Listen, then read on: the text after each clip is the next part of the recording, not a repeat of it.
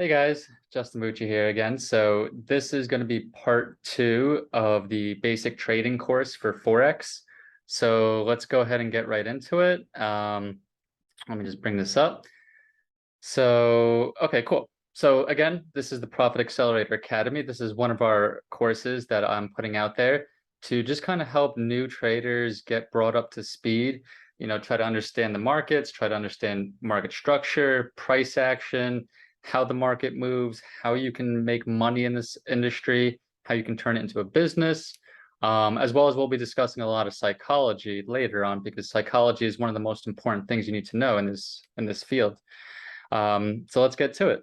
So as always, I put a disclaimer in all of my videos because I am not allowed to tell you what to do. I am just offering my opinion through my experience. So this is not professional advice. This is my personal opinion. You need to go and do your own due diligence. You need to make decisions for yourself. I can't tell you what to do. I can just share what's worked for me through my experience and my opinion. And then you just take what you want with that. So I hope that makes sense. So next thing is the course outline. So for this one, I'm going to go over pips and its calculation. I'm going to go over concept of bid and ask price, what is spread, concept of take profit and stop loss, concept of lot sizes and leverage, trading orders, trading plan, common mistakes by traders, and risk management, of course. So let's get to it. So pips and its calculation, right? So a pip is the smallest unit in which a currency pair can change, right? So it can also be said to be the standardized unit and the smallest amount by which a currency pair in the Forex market can change, meaning that currencies are gauged in pips. So that's how we make money. We make money in pips, essentially. So traders' orders are placed in pips, profits are calculated in pips. Practically everything we are doing in Forex involves pips, though you'll learn that there are smaller versions called like micro pips, but let's keep it simple. So if we start calculating pips, for most currency pairs in Forex, we start calculating the pips from the 4th decimal place. However, there are a few exceptions. We'll start with the general ones before we go to the exceptions. The general method for calculating a pip is 1 pip is equal to 0.0001. So it's 0.0001, times the number of pips moved by the pair. So you do 0.0001 times how many pips the pair moved in order to get that. And I'll go over an explanation for you to show you. Okay, so let me stop sharing this. Let me bring up Trading View, because this is what I use to do everything. So let me just go to Trading View for you guys. Okay, cool. So let me share my screen again for you. Okay, cool. Just kind of show you how to calculate pips. So if you can see my screen, I'm just at a random pair, GBP USD, and I'm just going to show you generally how to calculate pips. So I already went ahead and did it here for you, but just to show you an idea. So let's take GBP USD as an example, right? So 1 pip, as we said, is equal to 0.0001, right? So GBP USD, it's currently at, okay, let's change this. It's currently at 1.1552. Okay. So let's say that it 8 pips. So let's say that it's going to move 8 pips. So we do 8 times 0.0001, which gives us 0.0008. And then whatever current price is. So I said it was 1.1552. And then you just add the plus 0.0008 plus 0.1552, right? And then that would give you 1.1560. Okay, so that's how you calculate pips. So 8 pips from 1.1552 is basically 1.1560 for this pair, and for most currency pairs, that's how you calculate it. Now, there's an exception, and those are, of course, the JPY pairs, because they don't have 4 decimal places. So how do you do that, right? So let's open up this one. So 1 pip, we'll just say 1 pip is 0.01. So the difference from the one before is that instead of 3 zeros, it's 1 0. So USD JPY is currently at 1.3. Just fix this. It's almost at 140. Looks like. So 1.39. Yeah, so I was going to say 140. Yep, there you go. 140. I thought so. Okay. 140. So let's say 140.00. Okay. So 6 pips. We'll say 6 pips. So you do 6 times 0.01, which is 0.06, right? And then you add 140 plus 0.06, and then that would get you 140.06, and that would be 6 pips. So that's how to do the calculation for JPY pairs as well as general Forex pairs. If you want to take a screenshot, pause this. If you have any questions, let me know, reach out to me or support, and we'll help you understand it better if this doesn't make any sense. But hopefully this is pretty clear for you. It's pretty simple. All you need to do is essentially count the decimal place and multiply it. So if you want to do 8 pips, you do 8 times 0.0001, gives you 0.008. Add that to the number, and that's what you would get. All right, so let me just stop sharing this. Let's go back into our presentation now together so we can continue where we left off here. Just a second. Okay, so let me just close this and this here. Okay, so next concept we're going to talk about today, guys, is we are going to go to the next section, and that is concept of the bid and ask price. So I took a screenshot here of my MT4. So we will answer the question most people are curious about. So why are there 2 prices besides each quote? So if you see the screenshot, you see the currency pairs listed under symbol, and then there's bid with a bunch of numbers, and then there's ask with a bunch of numbers. So they have 2 different numbers for each currency pair, a bid and an ask. So a bid price is the price that buyers are willing to buy, while the ask price is the price that sellers are willing to sell. So you might want to write that down. It's very important to know that. Okay, bid price is the price that buyers are willing to buy. Ask price is the price that sellers are willing to sell. So that is something you need to know. So when you place a buy order in Forex, it will activate for you using the ask price. So ask price is the price that sellers are willing to sell to you, who is the buyer. While in reverse, when you place a sell order in Forex, it will activate for you using the bid price. Bid price is the price that buyers are willing to buy from you, who is the seller. So the ask is higher than the bid price. What is spread? Spread is the difference between the bid and the ask price. So in Forex, the spread is the profit of the brokers. However, in this case, it's very small because it's measured in pips. So the spread varies between trading sessions. If you ever noticed, if you've been trading for a while, you notice that spread is higher at certain times of the day, right? If you haven't traded for a while, then you don't even know this yet, but it's good to know. Because the lower the spread, the better for you, the more money in your pocket. So when the volatility is high and many markets are open at the same time, the spread is always small, meaning that you pay the broker the lesser commissions. That is another advantage of trading when many markets are open, because the spread is very small because there's a high volatility and liquidity in the market. So however, when only one market is open or the volatility is low, the spreads are always higher because there's not much fluctuation and not much volatility or liquidity. So that's it. That's what spread is. It's basically just the difference between the bid and the ask price, and it's what the brokers get paid on. And that's also how you pay less commissions, is by having a small spread, which is when the markets are very active. So the concept of take profit and stop loss. So the concept of the take profit and stop loss is very simple. So take profit is a form of market order that tells your broker to close your trade for for you and lock in your profits, right? So essentially, it's when your trade moves a certain number of pips in your desired direction, even if you're not online, you want to tell the broker, okay, take me out of the trade when it hits this number, and then that's it. So let's say you entered at a currency pair at $40, and from your technical or fundamental analysis, you found out that it will soon rise. So you immediately opened your MT4 and you clicked on buy, and your target profit for this particular pair traded is just 50 pips. You never want to be greedy. It's better to pick the little that you can and move on. So what you essentially do is you hit buy, you put in your take profit, and then you close the trade.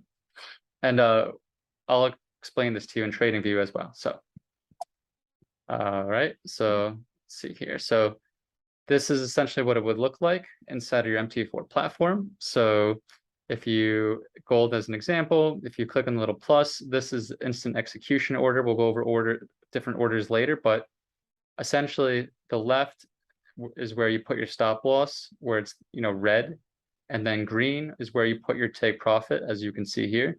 So those are the numbers that you're going to be putting, right? Your stop loss and your take profit. So I'll show you how to calculate that in a second. So concept of take profit and stop loss. So let's get to the sell scenario. So in selling a currency pair at the Forex market, you are selling after you have found out from your technical or fundamental analysis that price would fall. So hope you remember that. So as price is falling, you are making money. This is the opposite of buying, right? So concept of take profit and stop loss. So stop loss is another important form of market order, which is like the opposite for the take profit order. Here you are giving your broker an instruction to close your trade when the market wants to go against you. The market is always going up and down, and sometimes news may pop up and sway the market in the opposite direction in which your trade was planned. But with a stop loss order, immediately the market wants to change and go the opposite direction. Your broker would close the trade for you through MT4, even if you're not online. So it's just a way to protect you. So if price doesn't go your way, it goes the opposite, you don't lose a whole lot of money. You only lose the amount that you designate to lose and the risk that you're taking. Concept. So in summary, while buying, your TP is above because you want the price to go up, while your stop loss is below because if it starts going down, that's against your trade plan. In reverse, while selling, your TP is below because you want the price to fall, while your stop loss should be above because if it starts going up, that's not your trade plan again. So we're going to go ahead and take a look and see what that looks like. So let me just stop sharing for a second. Open back up our trading view. Okay, let's get back to our demonstration here. Okay, so what that looks like. So let's see. So let's do take profit first. So just go to the chart. Okay, so take profit. So take profit for buying. We're going to use GBP USD as an example. So let's say price is at it is at 1.551. So it's at 1.1551. And we're going to say it's going to move 50 pips, right? So you do 50 times 0.0001, which is equal to 0.005. And then you do 551 plus 0.005. And then that would get you, let me just see here. So that would get you 0.005. So it's be 1601. So yeah, so 50 pips. So this is what 50 pips would equal for buying. So remember, price is going up. So your take profit for buying, if your entry is 1.551 and you want 50 pips, your take profit would be 1.1601. So I hope that makes sense. Okay, let's see, your take profit for selling. Let's do this again. So again, if it was a 1.5, what's that? 1.551, 50 pips, again, 0.005. This time you're going to subtract it, right? So I'm saying it's 1.1551. So this time you're going to subtract it. You're going to subtract 50 pips, and then that would get you 1.501. Right. So that would be the opposite. So if you want your take profit for selling, you're saying price is going to keep falling. So obviously your take profit is going to be below your entry price, whatever you entered at, right? So I hope that makes sense. Very simple. You just calculate it based on the direction that it's going. Okay, so I'll show you now stop loss and for both pairs. So let's do buying first. So again, let's say you entered at 551, just keep our example going. You do 20 pips for your stop loss. So if you're buying, remember you're intending price to go up. So your stop loss is going to be below your entry price. So you do 1.551 minus 0.002, which is 20 pips. So that would be 1.531, 31, 41, 51. Yep. So that would be your stop loss if you were in a buy position. Very simple. Okay. For selling, you're going to add, because if you're selling, you're intending price to go down. And from your entry price, you want your stop loss to be above it, right? So we'll just follow our same demonstration. Okay, you're going to add 20 pips. So that would get you 71. So it would be 1.1571 because you're adding 20 pips, right? So that essentially would be how that works. Very simple, very straightforward. Hope that makes sense. Again, any questions, review this video or reach out to me or support and we'll help you out. Let's get back into our presentation. So let me just quickly go back into this for you guys. Okay, let's see here. Okay, so let's view this back. Okay, so again, this is kind of an overview of what we learned so far. So you have the base currency, which is stronger than the quote currency. So the base is always the main currency. So then you have the bid price and the ask price. The difference between both of them is the spread. So it's in pips, right? So spread is 2 pips. So 1.1916 to 1.1918 is 2 pips. And that's the spread and that's the difference. So concept of lot size and leverage. So lot size is the amount / quantity of a trade that you buy or sell. It's sometimes called your position size or trade size. So in Forex, these currencies are not bought and sold singly. They're bought and sold in packs called lot sizes. So that is what makes the gain appreciable. If not, your profit in Forex would have been, 0.0001 or something like that. So that's how you actually make money, is because you're using leverage. So if you have $100, you're not coming to the market with $100. You're coming to the market with, if it's 1 to 100, you're coming to the market with $10,000 worth of leverage, and that's how you make money. So, but because you buy this currency in bulk and packs known as lot size, that's what makes it appreciable. So, I'll get more into that in a second. A trader's financial reward is measured in pips, as we mentioned, so which are then converted into dollars. Most traders on the Forex trade with what is called leverage. So this is borrowing or using a broker's money to trade. So you acquire leverage by posting a bond or a deposit with a Forex broker, who then allows you to trade using the broker's money. And then when a trader executes a trade on the Forex, the trader is buying or selling currency in units referred to as lots, which is a set quantity of money. So there are typically 2 types of lots that traders will trade. And I'll get into that. So let's see the types. So there are 3 basic types. So you may have heard this before. You have a standard lot, a mini lot, a micro lot. So a standard lot contains 100,000 units and is presented on MT4 by 1 lot, so 1.0. So a standard lot is 1.0 on a MT4 broker. Mini lot contains 10,000 units and is represented on MT4 by 0.10. So a mini lot is 0.10. Micro lot contains 1,000 units and is represented by 0.01. So a standard lot is 1.0, mini lot is 0.10, micro 0.01. That's just all you need to know for that. So now let's see the calculation.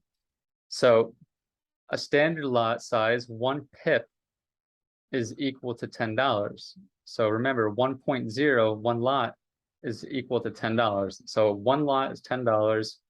One mini lot, 0.10, is $1. A micro lot, 0.01, is 10 cents. So this you should write down and remember. So once 1 pip is $10, 1 pip is $1, 1 pip is 10 cents.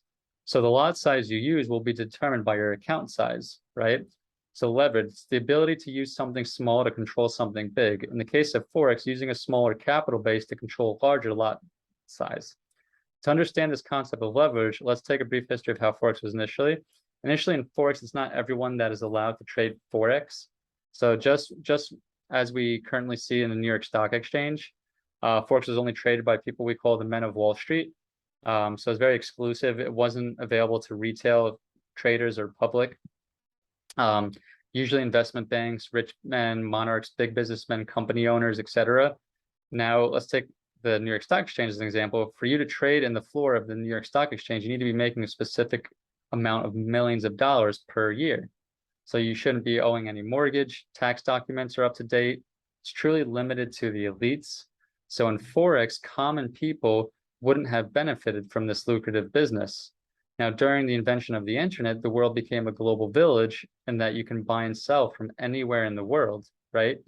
So this led to the proliferation of Forex brokers. So now Forex brokers have lots of customers around the world and that they could solve that single problem of capital for us. So now those world banks, et cetera, requires a certain amount of money for someone to be able to trade with. But because brokers have pulled large amounts of money together, we are now allowed to trade through brokers, right? So instead of an individual trading with $1 million, you can actually place a trade with as little as $10 because you aren't going alone, you're leveraging the broker. So you go to the market through your broker, who is recognized by the World Bank as a formidable force because it has a large capital base. And then this principle of leverage is virtually multiplying that your little capital, you're multiplying your little capital so that you can use it and buy something worth a bigger value. So example, when we will be filling out our forms for opening a trading account, you'll notice things like 1 to 200, 1 to 500, 1 to 50, etc. This is what is making the profit we have in Forex appreciable. It's using leverage. So trade orders. So trade orders now, we'll go into that. So forms of trading order. So we have instant market execution, stop orders, limit orders. Instant market execution means you are buying at that instantaneous market price. So let's say a currency pair is presently at $50 and you clicked on buy. What you did was instant market execution because you bought at that current price. Very simple. In the image above, when you click on that drop-down icon pointed by the arrow, it'll show all the order forms of the market orders. MT4 keeps it at instant market execution by default. So when you go to your app and you go to place a trade, that's the default. So you can click on it to change it if you would like, but that's instant execution. And some trading orders here, just some examples. When it comes to limit orders inside of the MT4 platform, there are only 2 options you can choose from. It's either a buy limit or a sell limit.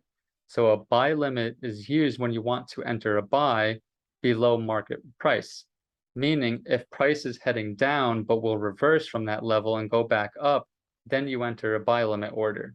Sell limit is used when you want to enter a sell above the market price, meaning if price is heading up but will reverse from that level and go back down, then you enter a sell limit order. So that's essentially what it looks like and how you would execute it. Okay. Let's go to the next slide.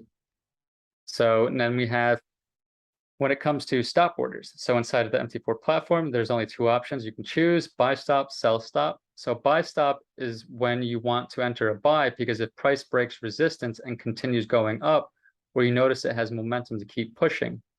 Sell stop is used when you want to enter a sell because if price breaks support and continues down, or you notice it has momentum to keep pushing. So that's when you would use a buy stop or a sell stop, is if you notice price going in that direction and you know it's going to keep going. And you want to ride the wave or ride the momentum. That's basically what you would use it for. Okay, trading plan. So in everything you do in life, you need a plan. So there's a saying that goes, when one fails to plan, he or she is planning to fail, right? So that's why you need a written trading plan before you kick off your Forex journey. So it needs to be smart, specific, measurable, achievable, realistic, and time-bound. And I'll share an example in the community so you can see what one looks like. You can use it to create your own, but it definitely has to be something that's specific to you and that you can follow. And it's very important to keep, right? So if for a start you make $20 per day, believe me, it's a great start when you're just getting started. Doesn't seem like a lot, but it is. So for a little capital of $100 to $200, you can set up your target at $20. So to $20 per day, right? So in a week, that's about $100 to $200 a month. So that's about 400 to 800 a month. So sorry, 100 to 200 a week. In a month, that's about $400 to $800, right? So whether you are in school doing a day job or into business, it's an additional source of income. And as you grow in Forex, you can increase your capital and daily target. So if you can get really good at making $20 per day, you can easily make $1,000 per day. It's just a matter of having more leverage and having more capital. So I hope that makes sense. So let's go through some common mistakes by traders. So a costly mistake most traders make is that they enter the market instead of placing an actual protective stop loss order with the computer or with your phone. They feel confident to rely on their mental stop loss order to protect them in the market. And that's dangerous. I've done that plenty of times myself and lost a lot of money. So failing to cut losses early and turning small losses into bigger losses, example, negative $20 to negative $200, right? Revenge trading, feeling like the market cheated you, so you need to win back what you lost. Over leveraging, opening up too many trades and not having enough margin to see it through. Trading without a plan or system, not having a roadmap can be very dangerous. Letting profitable trades turn into losers. So not exiting early and trying to squeeze out every dollar. Chasing price and not being patient enough to wait for a better opportunity. So these are some of the big mistakes that I see. You can definitely write this down. You can go back and review it. Definitely something you're going to want to remember and consider. Okay, and then risk management. So as you learn to trade or do anything in life, never forget rule number 1, which is protect yourself at all times. So protecting yourself as you trade is called placing a protective stop loss order in the market at the same time as you execute the trade. Protecting yourself as you trade is quantifying how much you are willing to lose ahead of time before you enter the trade. It is being very clear about one thing. If the trade does not work out according to my plan, I will be able to emotionally and financially survive without that loss affecting my life and my financial security, right? So if you're going into a trade, you use a stop loss order.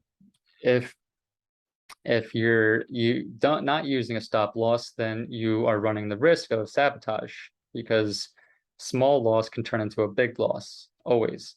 And you always want to think about how much are you willing to lose, right? This way, you'll use the correct lot size, the correct leverage, and the correct stop loss size, because you'll know before you even enter the trade, okay, I feel comfortable losing $20 to make $40 or $60. So protecting yourself at all times in every trade needs to become a subconscious habit. So you never trade without looking at the downside first, right? So never trade without saying, if this trade does not work out, can I afford to lose X amount of money? Protect yourself at all times. And if you take a financial loss, do not take it personally. Trading without protective stop loss orders is outright exposure to financial self-destruction. So Murphy's Law states that if something can go wrong, it will go wrong. If you trade 2 or 3 times with mental protective stop loss order, or even without one, you will feel you know the market better than the market knows itself, right? So if you feel like you're not going to use a stop loss order, you have a mental number that you're going to get out at. It never works. I've done it before and it never works, trust me. So risk management, again, the rule of survival at trading is to never risk more than 5% of your equity on any given trade, right? So most successful money managers make it a habit to risk only 0.5 to 2% of your available trading equity on any single trade. So most trades will require 30 to 50 pip stop loss order. So due to the fact that the market waves constantly and we need to stay out of the way of the wave, on $1,000 mini account, that equates to between $30 to $50 needed to enter the same trade, right? So for example, if you have a balance of $1,000, you need a $50, 50 pip stop loss order, then you will risk a 5% of your entire trading account margin in one single trade. You always need to strive to remain below 5% risk in any trade. So do not only stay focused on the potential gain, you need to stay focused on the potential risk when making any trade. If you cannot afford the risk, do not trade. Whatever you do, never overtrade your account and place yourself at financial risk. Again, the rule for the risk versus the reward must be a minimum of 1-to-1. I say minimum because your habit of success must be at least 1 is to 1.5. So in other words, for every dollar you risk, you must plan to make 1.5 times the return. So if you risk $500, your gain must be $750, right? So market participants that are long-term traders like banks and large financial institutions will risk more on their trades, but their trades still equate to 1 to 2% of their equity, meaning that they're risking only 1 to 2% of their equity. So, and their targets for gain will be in alignment with the 1 to 1.5 risk versus reward ratio. So great traders are only right 50 to 60% of the time. They make lots of money because they keep their losses small and gains big, right? So it's all about win big, lose small. So if you're risking 1 to 2% of your equity and your risk to reward ratio is at least 1 is to 1.5 or greater, meaning that every $50 you lose, you're making $75. That is what you want to keep in mind, and that's how you continue to stay in the game and grow. So for example, you can be wrong 70% of the time and still make lots of money. So 7 losses out of 10 at $400 a piece is $2,800. 3 gains at $1,500 a piece equals $4,500 in profit. Subtract the losses from the gains and you have a net gain of $1,700, being wrong 70% of the time. So percentages mean nothing. Can you be a 30% winner and 70% loser and still make money? Yes. So number of wins, let's say 3 or 30% times $2,000 gain per trade equals $6,000. Number of losses, 7 or 70% times $300 loss per trade, $2,100. Net profit, $3,900. So yes, so you can still be successful if you're only right 30% of the time. It's just about having proper risk management and a good risk to reward ratio. That is how you stay in the game, and that is how you continue to grow your account and make money. So focus on your losses, make sure they are small, let your profits run, and success will come your way. If you have any questions, let me or your support know. We'll be glad to help you. Go through this again. If you missed anything, if you want to refresh yourself on anything, please do. Otherwise, I'll see you in part 3. Thanks. Bye.